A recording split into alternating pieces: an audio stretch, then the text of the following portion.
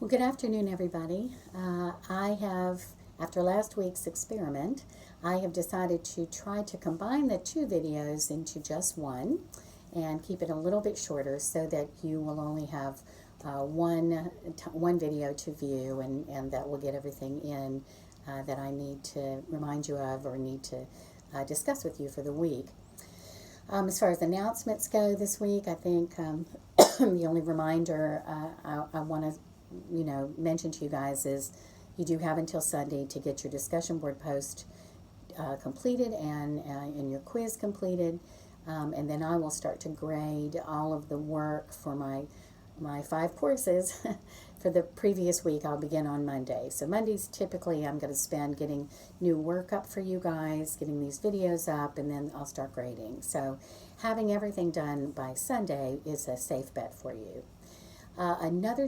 Just another reminder, I am putting descriptions and comments in each module in the content area for the week. Just a reminder of everything you're doing, what you have to read, some things to think about. You won't see it unless you actually go to content. So if you look in the content area on the left of your course homepage where it says Content Browser, click on the down arrow and then click Go to Content. And then when you get to the content area, click on the module for that week. And you'll see the description and that I've written about the week and what you have to do. And you'll see links to any materials that I've also put in the module for that week. This week you're reading chapter 2. It's a heavy reading load this week, I must say. And you're moving on. Remember, for the first week, the emphasis was on the way that male writers over the centuries have framed femininity and what it means to be a woman. And so you have those two really, really early texts from Roman mythology and from the Bible, from the Old Testament, framing women as less vigorous, as helpers, helpmeets, or inspirations. Women are framed in a way that's a very kind of a passive way. This week we're moving on to look at then, over the centuries, how men continued to write about women and how that sort of diverged in two directions. And really both directions can be traced really to the Bible. And so you have what comes to be called in the Middle Ages, the two directions came to be called the cult of the virgin. So writers patterning women after the Virgin Mary.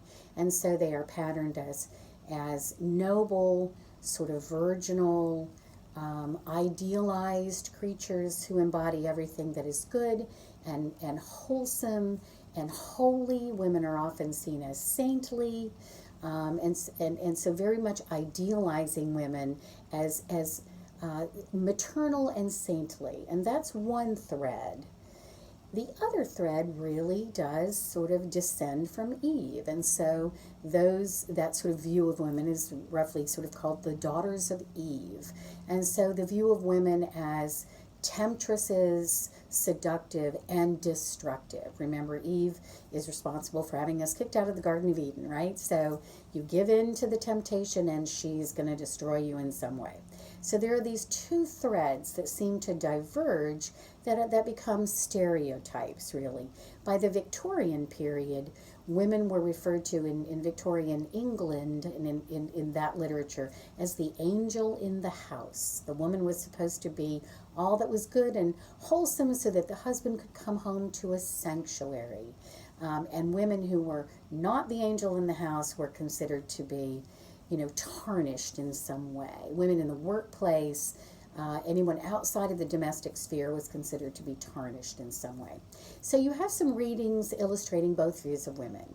In the things they carried, notice how the lieutenant idealizes Martha in her letters to him and the photos that he has of her, or the 2 photos that he has of her, how he thinks about her, how he idealizes Martha, what she comes to mean to him. Clearly he hasn't had that much actual contact with her, and yet he's idealized her into this figure that he pins a lot, he carries her with him, and she's come to mean a great deal to him.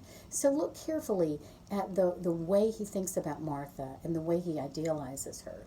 The Byron poem is the same way. She walks in beauty.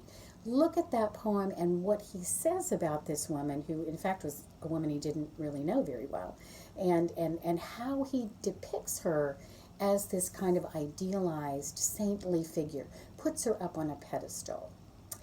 On the other side, then, you have the poem by Browning, My Last Duchess. As you read My Last Duchess, look for the reasons that the Duke has his wife killed. Look for what it is that bothers him about her and what he suspects about her on pretty slender evidence. So it's a very misanthropic view of women.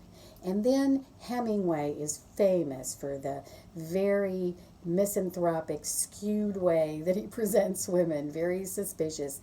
And the female figure in The Short Happy Life of Frances Macomber is a perfect example. So look carefully at the way he writes about her and the way he depicts her. Both of these visions of women are very limited, and of femininity, I should say, are very limited, very stereotypical, very flat ways of depicting female characters.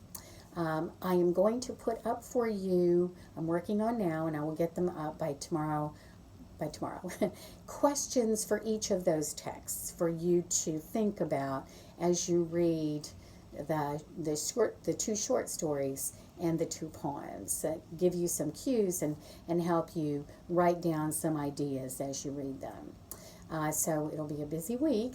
I'll get the quiz up probably by Wednesday. The discussion board post is already up. And get in touch with me if you have any other questions.